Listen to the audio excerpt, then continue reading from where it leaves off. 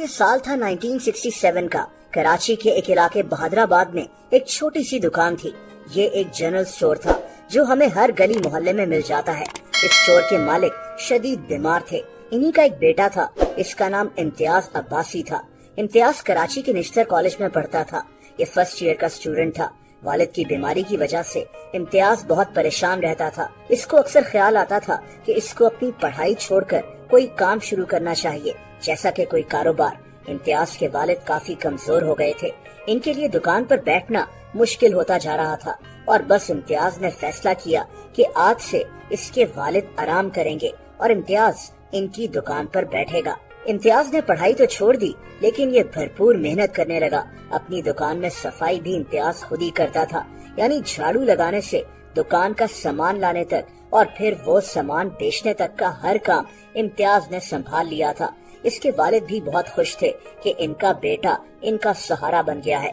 दोस्तों, कोई काम छोटा नहीं होता, काम हलाल होना चाहिए और बस वही काम इंसान को कामयाबी की बुलंदियों पर पहुंचा सकता है। इम्तियाज की कहानी भी बिल्कुल ऐसी ही है। आज हम इनको इम्तियाज अब्बासी के नाम से जानते हैं। पाकिस्तान की मशहूर सुपर स्टोर्स की चेन इम्तियाज सुपर स्टोर्स के मालिक। लेकिन सवाल ये है कि वो लड़का जो एक छोटी सी दुकान चला रहा था, वो इतना कामयाब हुआ कैसे? दोस्तों, ये साल था 1971 का। पाकिस्तान के हालात बहुत खराब थे। पाकिस्तान और इंडिया की जंग चल रही थी। ईस्ट पाकिस्तान हमसे अलहदा हो गया, जो बाद में बांग्लादेश बना। खैर, पाकिस्तान में अनाज की कमी हो गई थी और तभी लोगों को राशन कार्ड्स दिए जा रहे थे कि वो किसी भी दुकान से जाकर आटा, चीनी वगैरह ले सकें।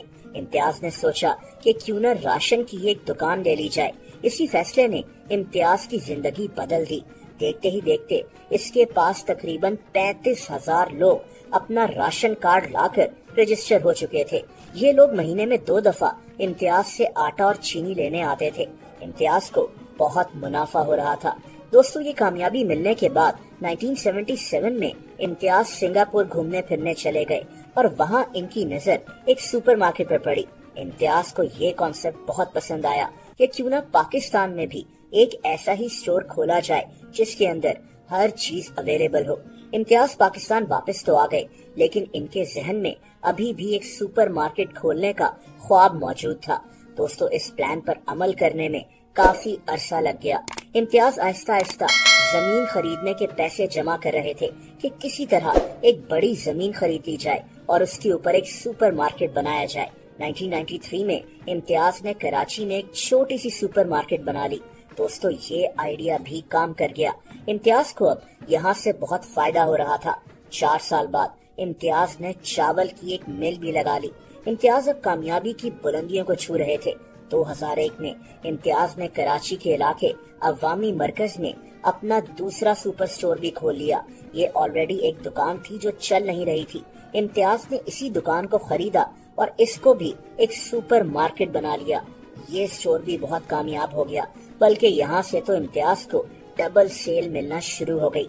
दोस्तों, इम्तियाज की अब शादी भी हो गई थी। इनके बच्चे बड़े हो गए थे और अब इनके बच्चे भी कारोबार में इनका साथ दे रहे थे। इन्होंने कराची के इलाके नाजिमाबाद में भी अपना एक स्टोर खोल लिया और अब इनका प्लान पंजाब में अपने स्टोर्स खोलने का था।